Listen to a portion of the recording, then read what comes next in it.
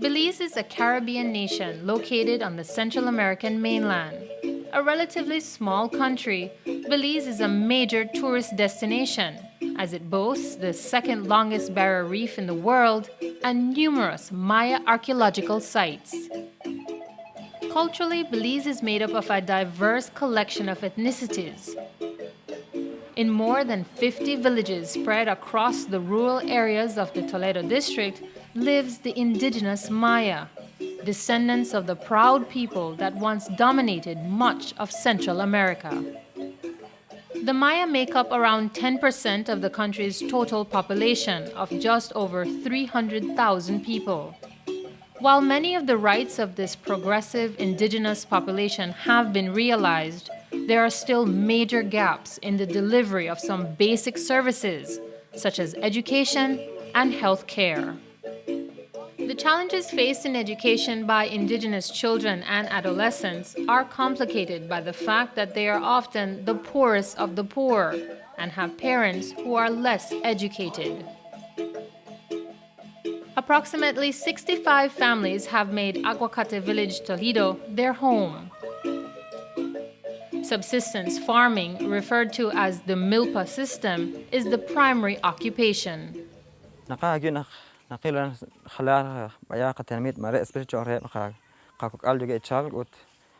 English is the official language of Belize, but Aguacate residents rely heavily on their native Quechua.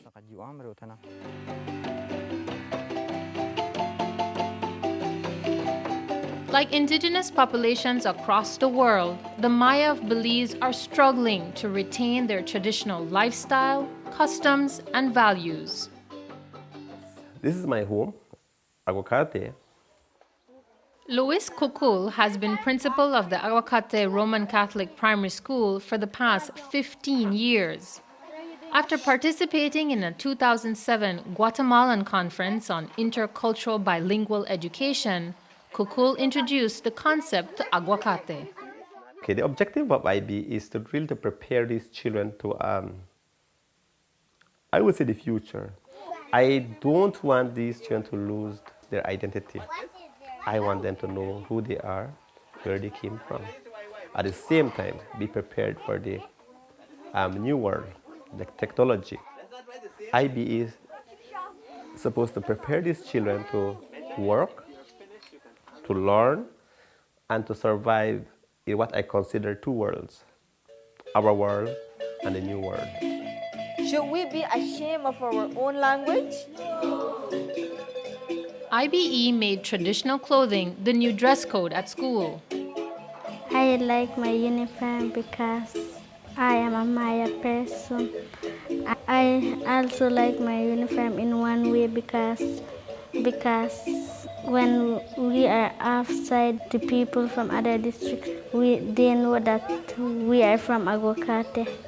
I notice a big change. Most of my girls and boys, they put on that uniform and they feel more confident in it. That's one way how I know that I help these children. It's their self-esteem that need to be boosted up. How do we say the name of the black howler monkey in Quechua? Ekibat? Changes in the curriculum have the boys and girls studying Maya history and music, creating traditional art and craft, and learning how to count and write in Quechua. Ana Christian sa kahun kabal. Ani ko angkel sa kahun kabal. Who are in our family? IBE brings it locally to them. It brings it culturally, and it brings them so that they can more experience it. Because that's the thing. If you just give me something that is foreign and I don't know, I cannot conceptualize it in my mind. But if you're talking about something that I know and something that is around me, that's something that I can use. Well, I think that is even better.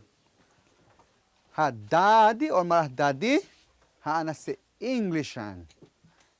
Most dramatically, the new concept breaks down language barriers in the classroom. Before, when there is no cultural activities in the class, the children were asked to speak together in English. But since when that IBE program begins, then well, I think the teachers realize that we have a right to continue with our culture in the class. Sometimes they ask in English, but those who can't, who have difficulty asking their question in English, then they're not shy to ask us in Quechua. And I explain both ways, English and Quechua. And because of that, as I said, they perform, they understand better.